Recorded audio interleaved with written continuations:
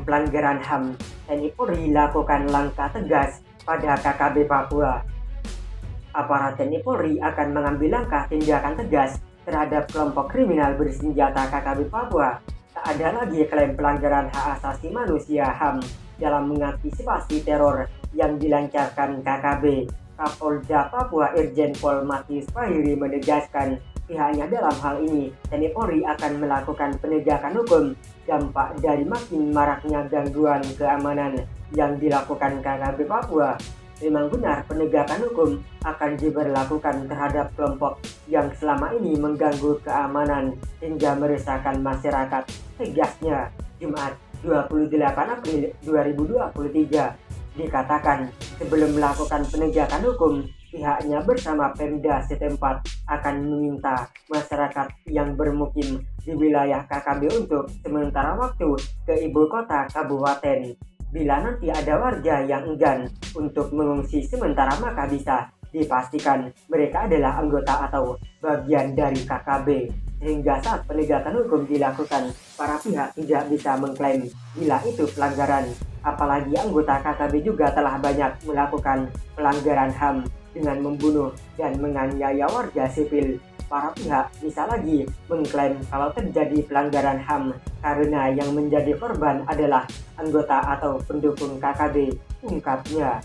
Dia mengakui berbagai gangguan keamanan di beberapa daerah yang menjadi wilayah tugas Polda Papua akibat ulah KKB telah menimbulkan korban jiwa, tidak saja aparat keamanan, tetapi juga warga sipil. Sudah banyak warga sipil yang menjadi korban sehingga TNI Polri akan melakukan penegakan hukum. Penegakan hukum harus dilakukan agar jangan sampai korban makin banyak dan aparat keamanan akan bertindak sesuai SOP, tegasnya.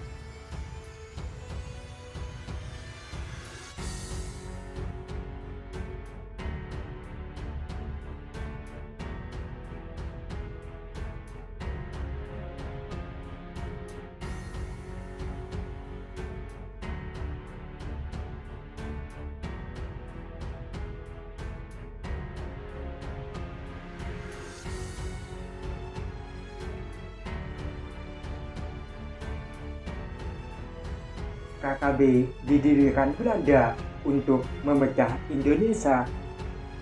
Tokoh pendiri organisasi Papua Merdeka atau UPM, Nicholas Joy, mengungkapkan fakta bahwa UPM tidak lahir dari keinginan bangsa Papua sendiri. UPM justru didirikan oleh Belanda untuk memecah Indonesia.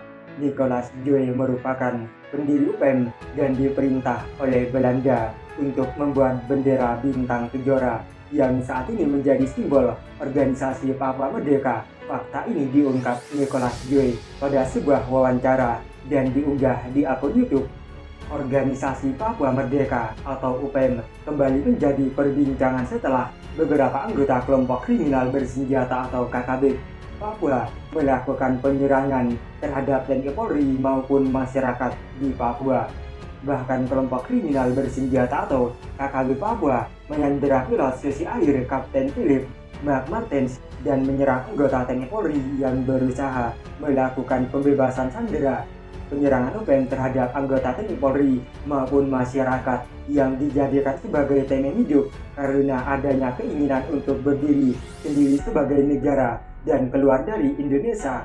Ketua Organisasi Papua Merdeka Tentara Pembebasan Nasional Papua Barat atau UPM TPNPB Jeffrey Bomanak bahkan menyatakan Papua bukan termasuk dalam kedaulatan Republik Indonesia. Nicholas Joy yang merupakan tokoh pendiri UPM menegaskan bahwa saat Soekarno-Hatta memproklamirkan kemerdekaan Indonesia, wilayah Indonesia termasuk Papua. Namun Belanda yang tak rela negara bekas jajahan merdeka lalu mendirikan UPM untuk mengganggu dan memecah Indonesia. Nicholas mengungkapkan pihak Belanda saat itu melarang warga Papua untuk bertemu orang luar negeri, bahkan dengan orang Indonesia. Belanda mengatakan bahwa orang Papua adalah warga Papua dan mereka itu orang Ameri serta orang Indonesia adalah orang Ameri. Selain itu, Belanda juga mengatakan bahwa orang Indonesia adalah bangsa Melayu, bukan bangsa Papua. Belanda sengaja bikin ini supaya permusuhan antara kami orang Papua dengan orang Indonesia itu timbul, dan orang Belanda mengajarkan pada saya bahwa Indonesia itu musuh, ungkap Nicholas.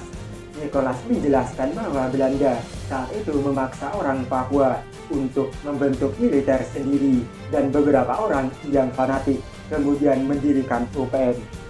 UPN itu tidak lahir dari keinginan bangsa Papua, namun lahir dari pikiran beberapa serdadu Papua, dan semua orang Papua juga tidak mengetahuinya.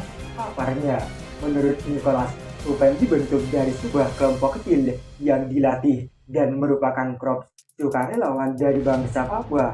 Nicholas yang lama tinggal di luar negeri saat berupaya membentuk Papua merdeka kemudian akhirnya sadar dan kembali ke Indonesia, mengungkapkan bahwa masuk Papua ke Indonesia tak lepas dari pertemuan antara Presiden Soekarno dan Presiden Kennedy. Dalam pertemuan itu, Soekarno mengungkapkan bahwa Papua harus masuk ke dalam kedaulatan pemerintah Indonesia.